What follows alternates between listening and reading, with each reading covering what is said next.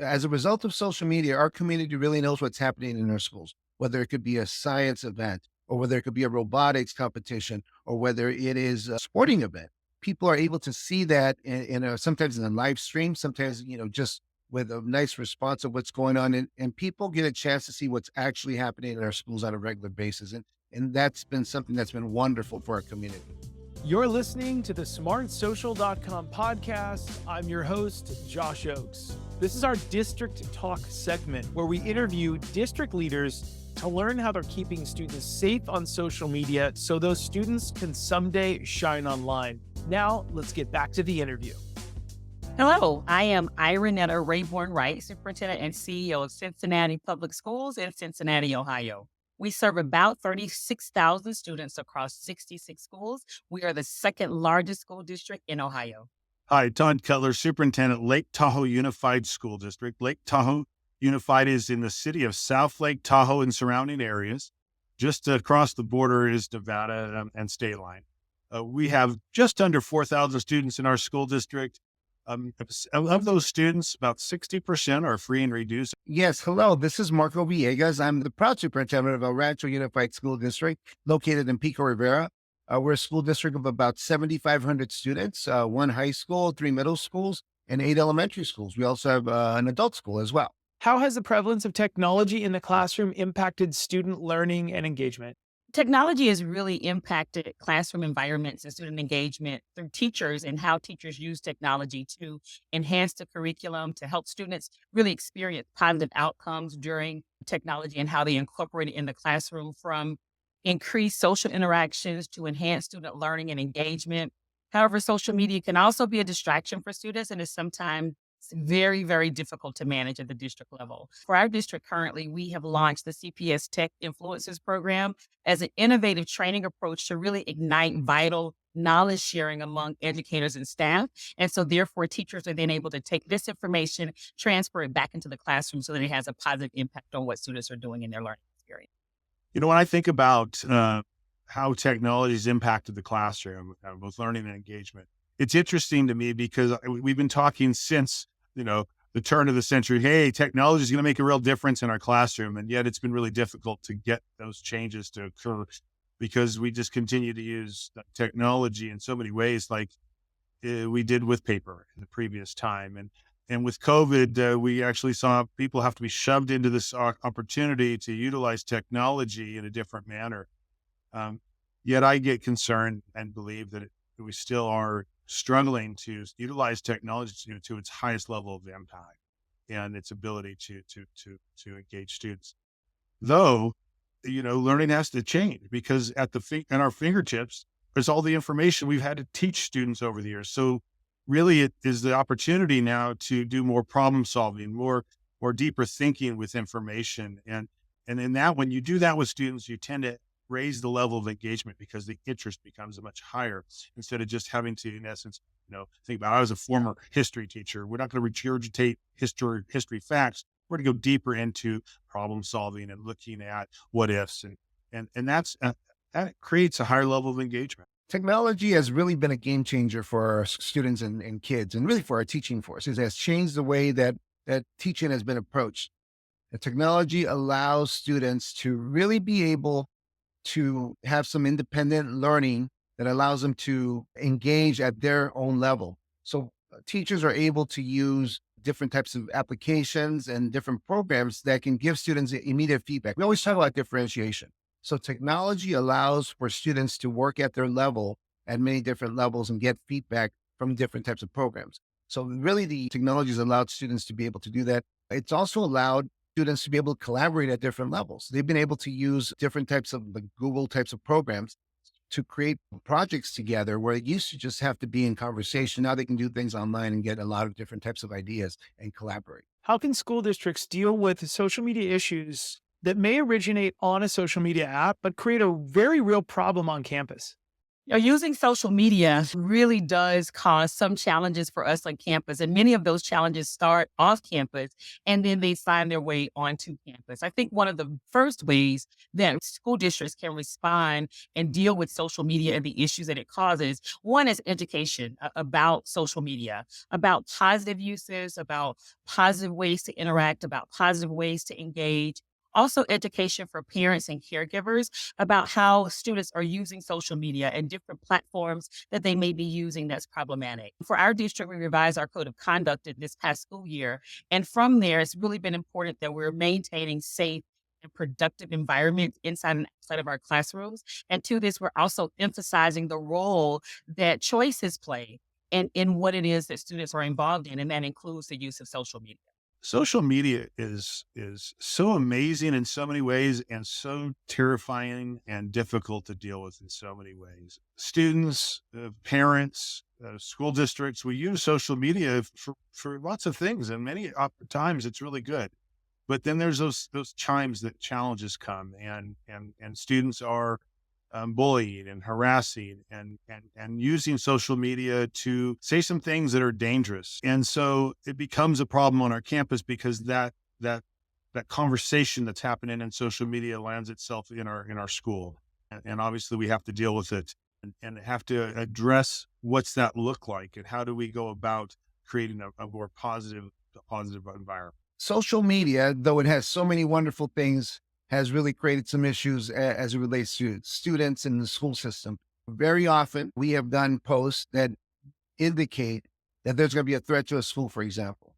And so that makes us do a whole lot of different things in order for us to investigate and make sure that is it a credible threat?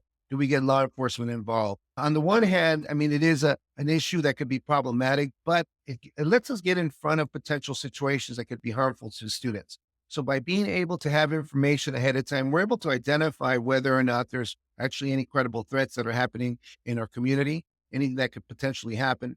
And we take that information, we investigate, and then we communicate it. And I think that's really helped us in a community to develop some level of transparency. Because as parents understand that we're being responsive to what we hear, and we have this campaign that see something, say something. So if someone sees something online, they report it to us and then we're able to investigate and get some answers. And most of the time it has not been anything credible, but the fact that we've been able to identify the issues, research it, and have a proactive approach to the situation has been really helpful to our community.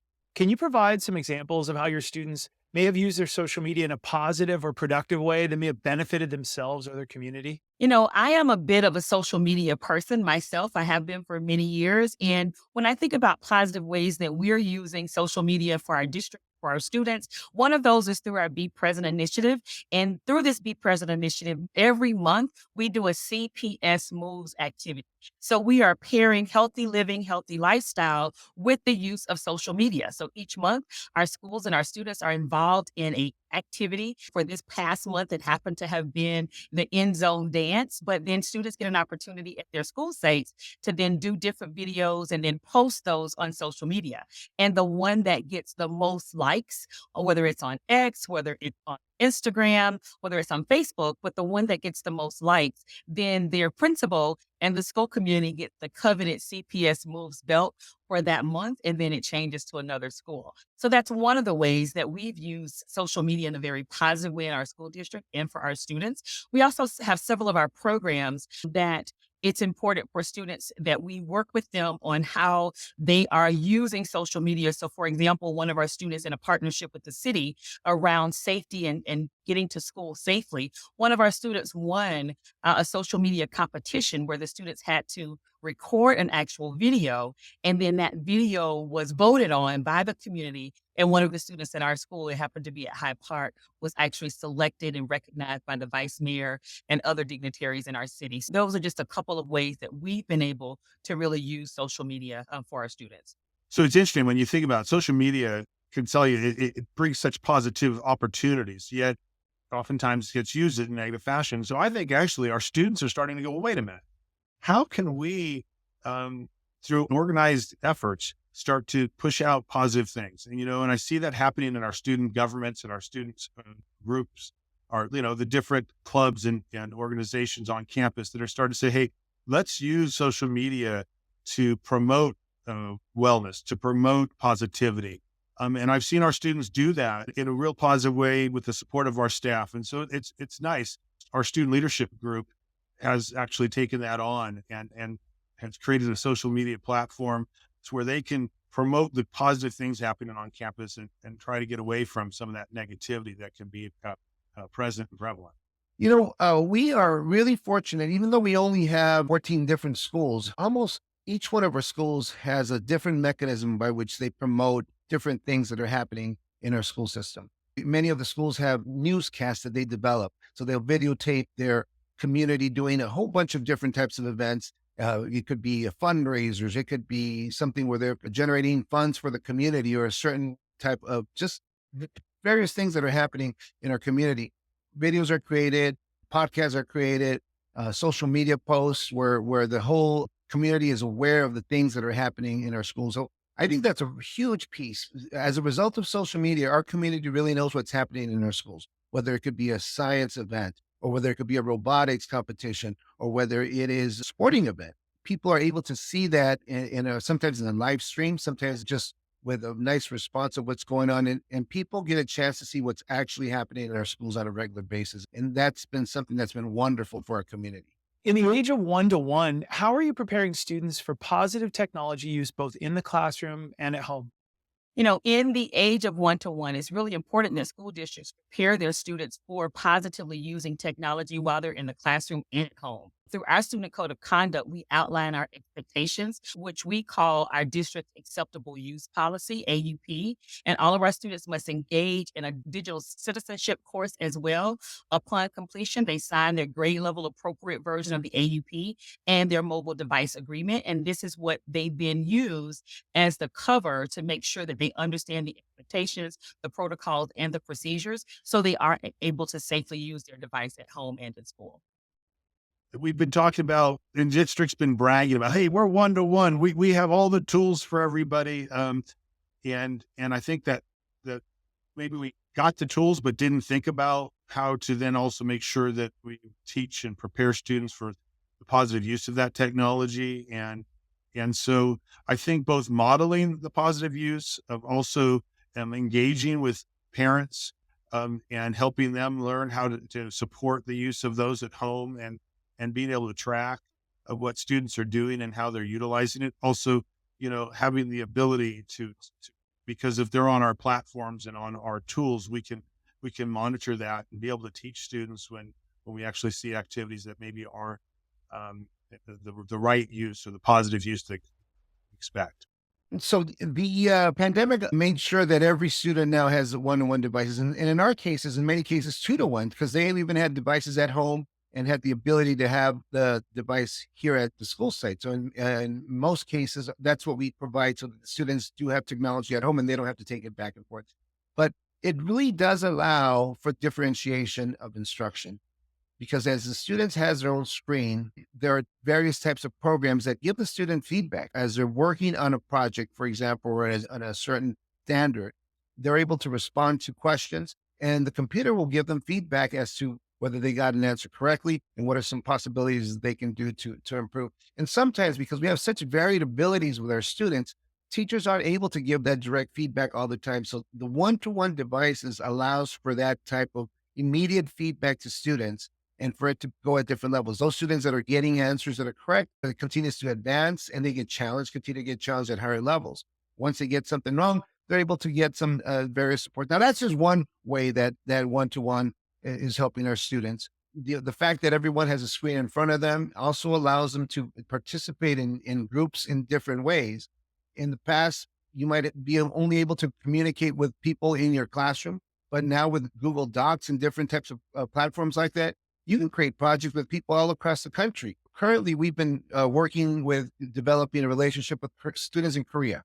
And so that we're going to be able to have our high school students collaborate on projects via different types of technology and be able to produce new products together. Thanks for listening to our smartsocial.com podcast. I'm your host, Josh Oakes. This was our District Talk segment where we interview school district leaders to learn how they're keeping students safe on social media so those students can someday launch into their future by shining online.